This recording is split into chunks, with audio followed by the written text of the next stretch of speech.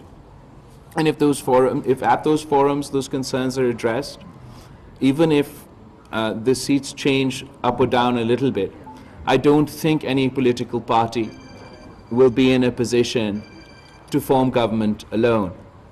The PTI themselves have said that they're not willing to talk to any political party. So from this statement, it is obvious that they are not interested in forming a government, in creating an environment of political stability.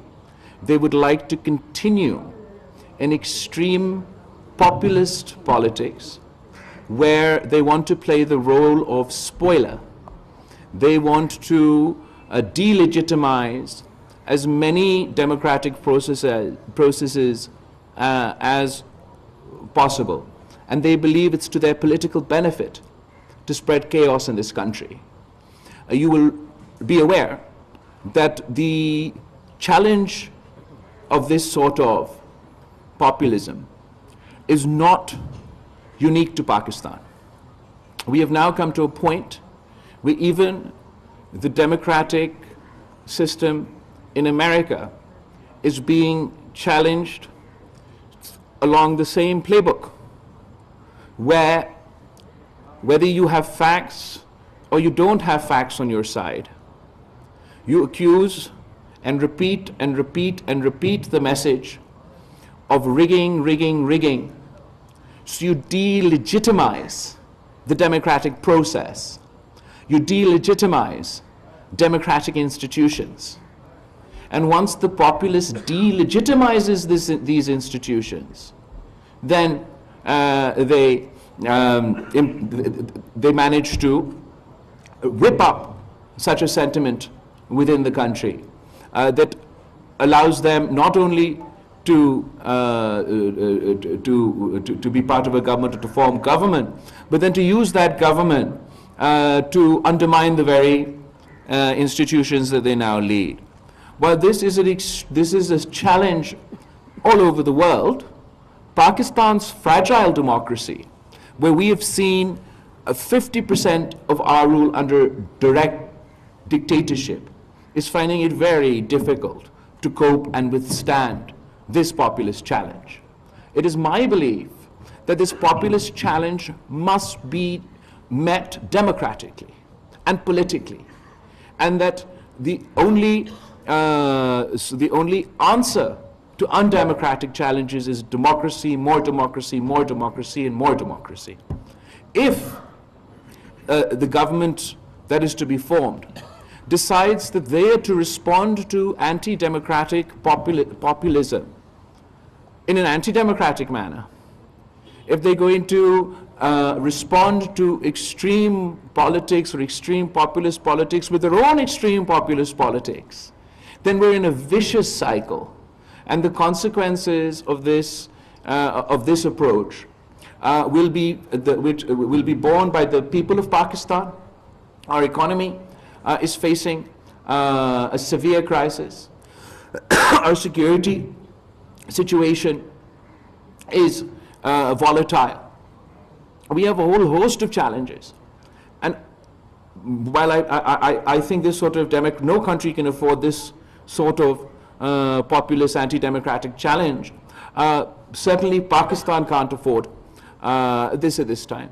It'll be my effort within Parliament, as I don't have a mandate to form my own government, to fight for political stability and make an effort that better sense prevails, and that both political parties, whether it is the now MWM in Parliament or Muslim League Nawaz or other political parties, it will be my constant effort to convince all sides that politics should remain within a democratic space, that we should conduct ourselves in a manner that strengthens civilian and democratic institutions, and not for our own short-sighted political gains damage not only Pakistan's democracy, but Pakistan's economy and Pakistan's federation.